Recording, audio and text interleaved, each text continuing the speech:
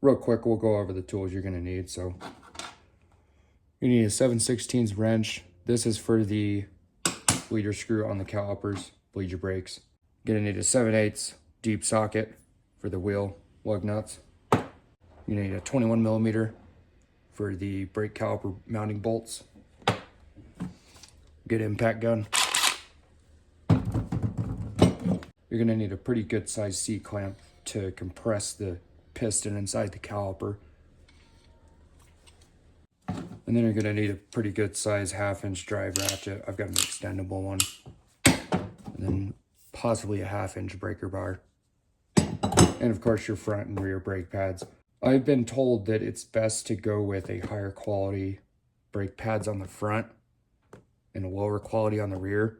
I was told they wear out more evenly with the higher quality ones up front, because in the front you've got more braking force than the rear. So I guess we'll test that theory out.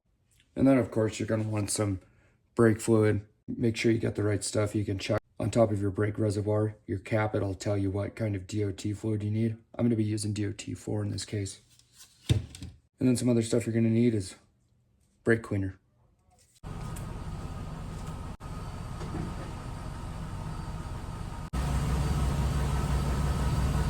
And I've already got the truck jacked up and the jacks underneath the axles on both sides.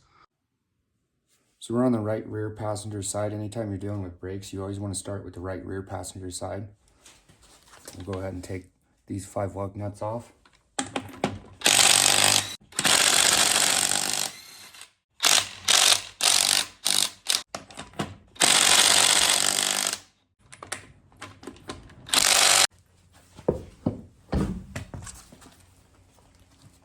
So now that you got the tire off, you're going to come over to the caliper on the back side. There's 2 21mm bolts. There's one right here at the top. There's another one right here at the bottom. You want to take both those out. Before you take those out, you want to find your bleeder screw. You want to take the cap off it. And this is a good time to crack this loose before you take the caliper off, so that you're not holding the caliper plus trying to loosen that bolt right there. And you just want to crack it loose a little bit. You don't want to get it all the way loose. You just want to crack it a little bit, just so it makes it easier once you get the caliper off. You can start loosening that so you can start compressing the piston and the caliper. Once you get those 2 21mm bolts off, you can go ahead and remove the caliper from the rotor. And watch that brake line. You don't want to bend it too much, but you just want to kind of get it propped up here so you can start working on getting the brake pads off. And another thing I forgot to mention that you're going to want to need too is you're going to want a drip pan and some gloves. So on this one, there's 2 10mm bolts. There's one right here on the back side by the bleeder. There's another one right here on the other side. These are called the slack adjustment bolts. You want to take those out. Use a 10mm wrench. And you can prop the caliper back here. All you want to do is just slide that off.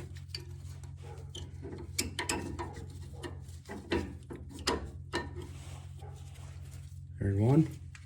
And I ended up putting these 2 21mm bolts back on, just so I could crack those 10mm on the slack adjustment bolts on the caliper. So go ahead and remove those.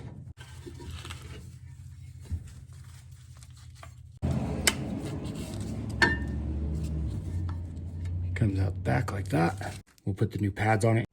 And on this bracket here, there's just these metal guides. So you want to take those off.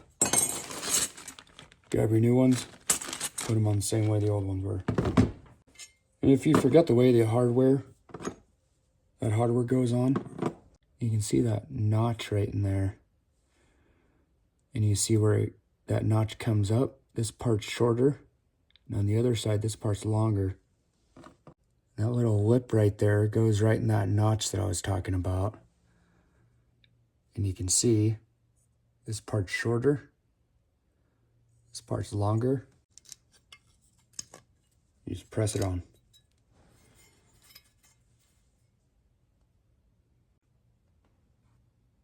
Just like that. You want to do that on both sides.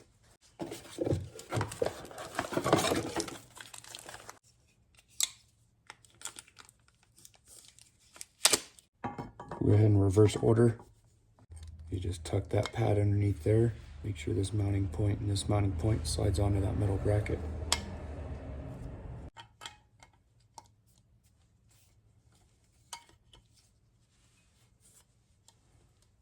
So then when you're done, it'll look something like this. And now we'll go over to the caliper and put this on. And before we put those on, you want to grab your C-clamp, 7/16 wrench. You want to loosen that bleeder bolt up on the back of the caliper. You should start seeing fluid start dripping out. You want to make sure drip pan underneath. You want to grab your C-clamp. You want to put one end of it inside of the piston. So you want to put it inside that hole. Then the other end, you want to have it pressing against the back side of this caliper right here. Make sure it's not up against the hose or anything.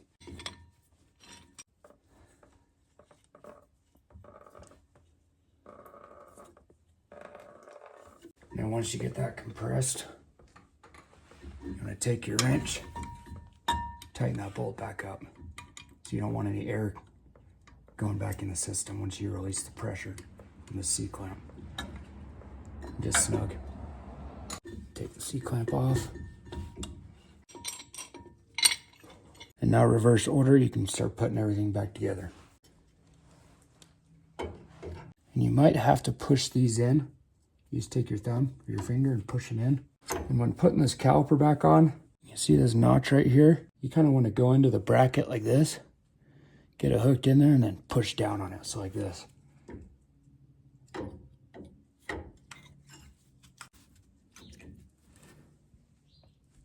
And just like that. And you're going to have spring tension on it. And then you'll go ahead and put those two 10mm bolts in. And before I do, I always put some anti-seize on them. Because what these bolts are for is as your wet pads wear down, that bracket slides along this bolt right here. So if you put a little bit of anti-seize on that bolt, it'll make the adjustment process a lot easier on the brake. And grab your 21mm socket and ratchet. Get these 21mm bolts tight. Once you get everything back together, if you're by yourself, you want to get a tool like this. It's a Mighty Vac. So what it does is you take the end of the hose, just put it on the end of your bleeder valve, pump it, get some vacuum going on it, and when you crack your bolt, you want to watch for any air coming out of that clear hose.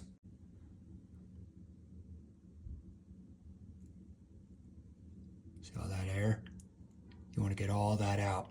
Go ahead and close it, pump your gun again. Do that till you don't get any air coming out.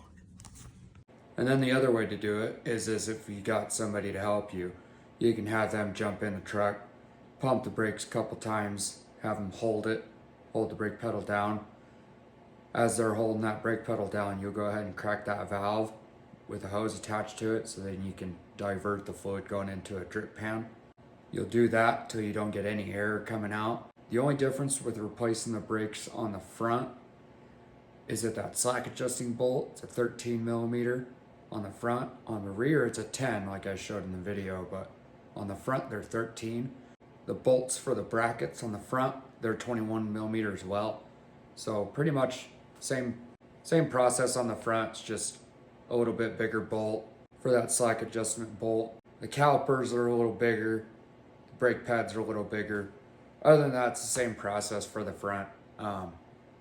Next time I make a video on this, it'll most likely be replacing the rotors on the truck, and we'll go over my theory on having nicer quality pads on the front and lower quality pads on the rear, like I've been told. Because I've been told that since on the front brake pads you've got more braking force, so the pads are going to wear out more compared to the rear. So if you get a higher quality on the front, they're not going to wear down as much as the lower quality ones on the rear that don't have much braking force on the front, if that makes sense.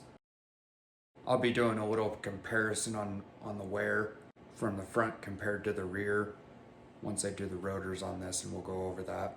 But if you like any of this content, leave a comment. You want to see more videos like this, hit subscribe, and we'll see you guys around.